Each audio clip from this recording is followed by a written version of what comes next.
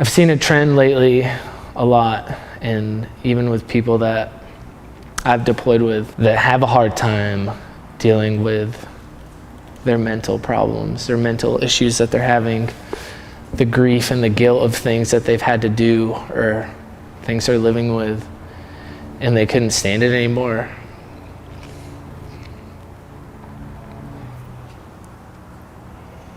And they've ended up taking their own lives.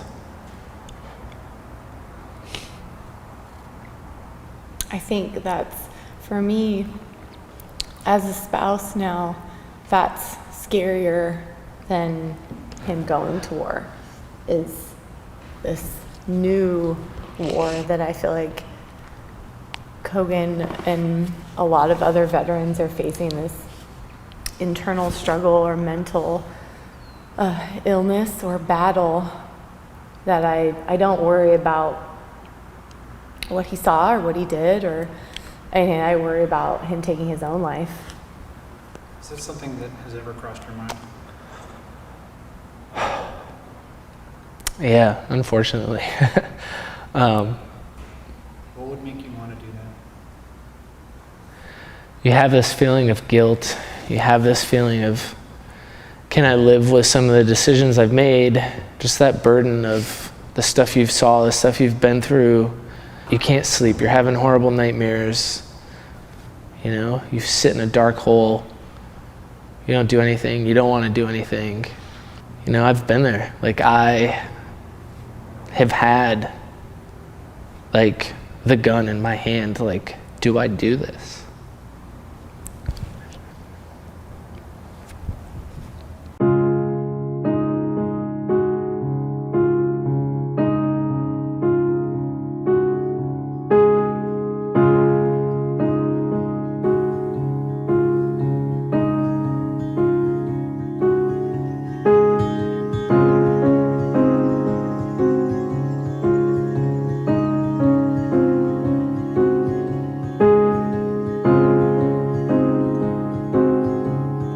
So I was born in Michigan and then moved to Florida at a young age, around 5th grade.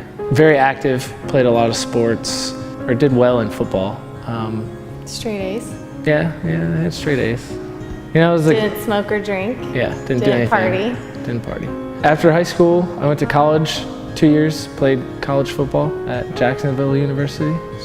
Then one day I was sitting in my dorm room and basically was watching the news about the war in Iraq and Afghanistan, and basically felt like I needed to go serve my country.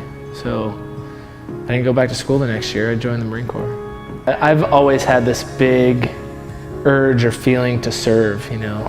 I got to thinking, you know, if I had a family, I wanted to protect them, you know, like I would rather go somewhere, put my life in danger to protect them than to have stuff come over to us and have to protect them here. So I basically made the decision that I wanted to go to Iraq and I wanted to be on the front lines and I wanted to fight. I had no comprehension of what a 20-year-old was going through. I thought that he was my boyfriend deployed to Iraq that I could send care packages to, which was awesome and so fun, and I thought I was supporting him, but you know, I didn't fully understand or comprehend. I don't think I will ever understand, and I don't think you know, us as American civilians, non-military personnel, I don't think we will ever understand either, and I don't mean that in a derogatory way. I just mean that they've been through these experiences that we haven't, plain and simple.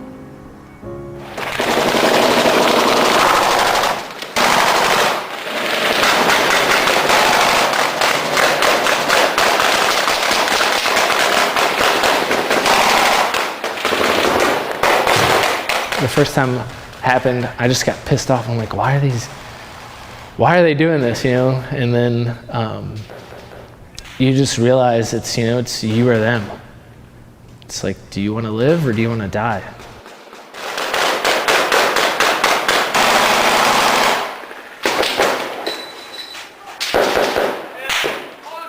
I was shot in my left arm. I was in the back of a vehicle and it got hit by an IED. Knocked unconscious. I ended up like fracturing some vertebrae, like L1 through L5, my T11, T12, broke my wrist. I got 2 cysts on in my brain, 2 cysts, and then I have chronic inflammation on my left frontal lobes.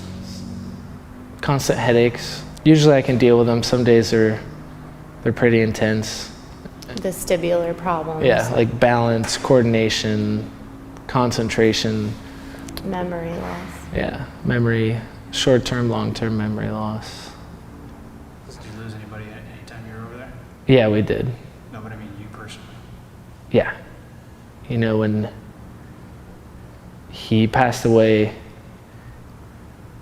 it just kind of, another one of those, holy shit, this is real factors.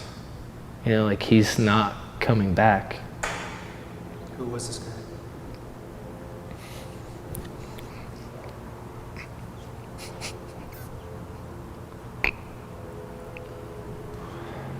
His name was Corporal Michael Estrella.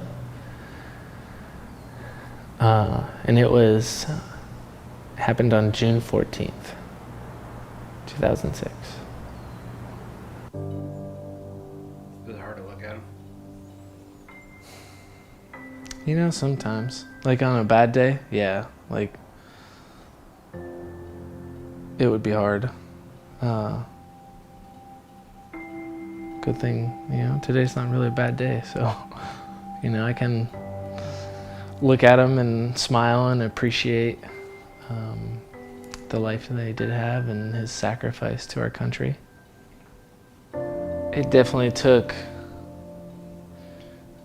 getting to my lowest of lows and then a little bit of self-realization to realize, like, hey, this isn't really like who you are. Like, I know some days it would just be like an epic struggle and then this big accomplishment just to get out of bed some mornings. You don't feel like anything you really have to do that day is really that important to get done, or you don't really even have the will to get it done or even want to do anything. Like, your drive, your motivation is just not there. You know, like, I had to start small. Like, I had to be like, all right, I'm gonna get off the couch and do the dishes today, you know? And I remember Sara coming home and the dishes were done and she couldn't believe that I did them. And when I finally convinced her that I did do them, she like started crying that I actually got up and did something, you know? This isn't like a quick fix or a quick, you know, there's no quick answer, I don't think. It's taken me years to get to where I'm at now, and I still have days where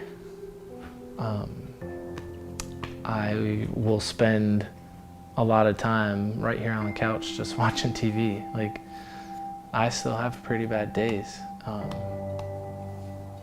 mean, I probably still get the dishes done, but I mean, I still have bad days. When I was on my workup for my third deployment, that we were going through a training simulation, and fake IEDs were going off and blanks and everything, and I just kind of like stood in the middle of like the battle zone. I kind of froze, and right then I knew like something was wrong and I needed to get checked out, because if I froze during training, I don't want to freeze when there's a life on the line. There becomes a point where you feel like you're a burden to other people. Like, they would be better off without you. Like, I don't want them to have to deal with my problems. Like, my family doesn't deserve me having an anger outburst and throwing and breaking things. feel like that's really hard to hear even now. Because I look at it like it's not his fault or his problem. That it's all of ours. I mean, we're gonna support him and help him. He didn't just wake up one day and decide to be an asshole and break a picture frame or scream at me. You know, like I have to remember that there are so many other layers going on with him. Yeah, so October 2012 was when the last time I was probably just a squeeze of the trigger away. Sara and I were going through a really hard time in our marriage then. And I was just super low, depressed, and I just got to the point where I was so mentally overloaded that I just couldn't take it anymore. What brought me back was looking at a picture of my daughter laying on my chest and realizing that there was somebody that depended on me. That's my favorite picture right here. Like she was still like timid of the waves, you know, and she trusts me a lot. Like we have this really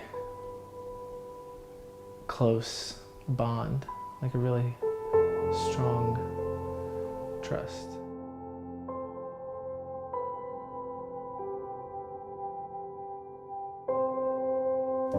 Jared has a flag in his room that was flown over Iraq for a whole day. I remember reading it, and it said we were 3rd Battalion. 3rd Battalion, 3rd Marines. What? Camp Fallujah? Is that what it says? Yeah, I think so. But I read it every single night before I go to bed. Do you really? Mm-hmm. That's cool. Cogen doesn't need to work. He could stay at home and take his medicine and do nothing. Just work out if that's what he wanted to do. And I could, work my day job and call it a day. But it was like that wasn't good enough for him. And he wanted more. Him CrossFitting and wanting to be better, it was just a natural progression, in my opinion, of him saying, I want to be a better athlete, and now I want to coach and make others better athletes, and I want to pass and share that knowledge, and I want to lead by example. It gives you a purpose, a drive. I don't know, someone like me, personally, I'm never okay with just being okay. Like I always want to be better. Stepping into a CrossFit gym for the first time, like I found that bond with people. Like you go through this super intense workout and you're just flat on your back afterwards and you're looking over to your left and to your right and they're right there with you, like suffering right beside you. Cogen really puts his heart and soul into it, and he really truly enjoys it. I think at the end of the day, he's forever a student of CrossFit, just like I am. I'm constantly asking questions like, how can we be better? What else can we learn? Who can we talk to? We're like sponges right now. 3, 2, 1, go, and then starts that workout. As soon as I start that workout, for me, it's just like tunnel vision. All that matters for that time that I'm working out is what I'm doing in the present moment. I'm not thinking about life. Like, I'm not thinking about all the stuff that I have to deal with.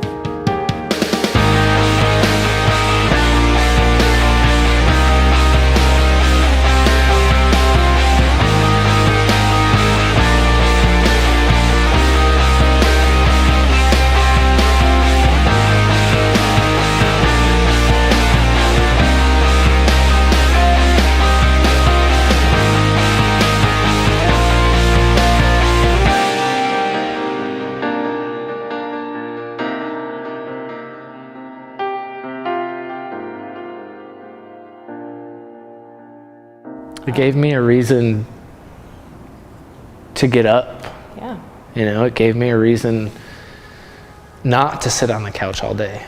You know, like, because I think there was a good period of time where I would wake up, I'd go downstairs, I would eat my breakfast, you know, act like I was going to be active during the day, like get the family out of the door, and then the family would get out of the door and I would just sit on the couch, watch TV all day, not move. And we're a house, you know, at the end of the day that It's a true story. I mean, think about your average CrossFit gym. Members spend a lot of time there. I mean, we have members that just hang out in the lobby.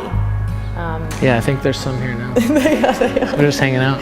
And that's the best problem I think we could have, that we have to close our doors late because people want to hang out here. Good, I want you here. I want you part of the community. I want you lifting and working out. Yeah, I mean, the name just has so much more behind it. To me, every time I look at the logo, and every time I mean, it's even up there on the clown back there, the Phoenix. The Phoenix, to me, the rebirth of my life, like starting over, rising from the ashes, suppressing, you know, the bad part of your life. This is a house. It's a house that our community has built, and we continue to build upon. The smiles on people's faces when they accomplish stuff that they never thought they would do, you know? To see that smile on their face is the best feeling ever. I think it's helped with some of my mental issues. It's giving me a coping mechanism, a way to help is what it's done for me. For me, it's worked better than any medication that the doctors have put me on. I can say, without a doubt, CrossFit saved my life.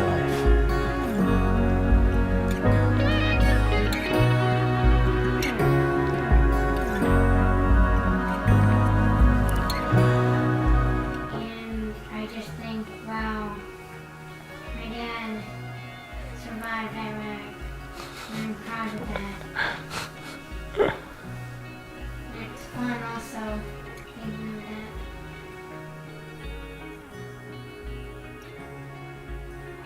That's funny. Those are the reasons right there, right? Yeah, right? Yeah. Those are the reasons.